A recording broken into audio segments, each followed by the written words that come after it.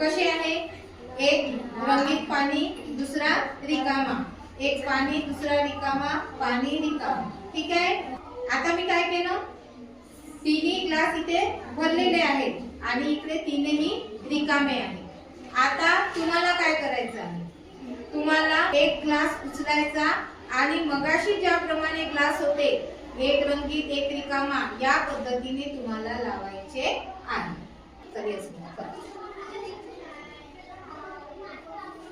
किती ग्लास उचलले? 2.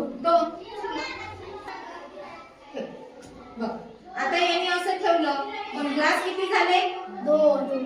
5 झाले आणि इथे हे 2 ग्लास जवळ आले, म्हणजे हा सिक्वेन्स पण चुकला. चला आता पुढचे या. तो हालत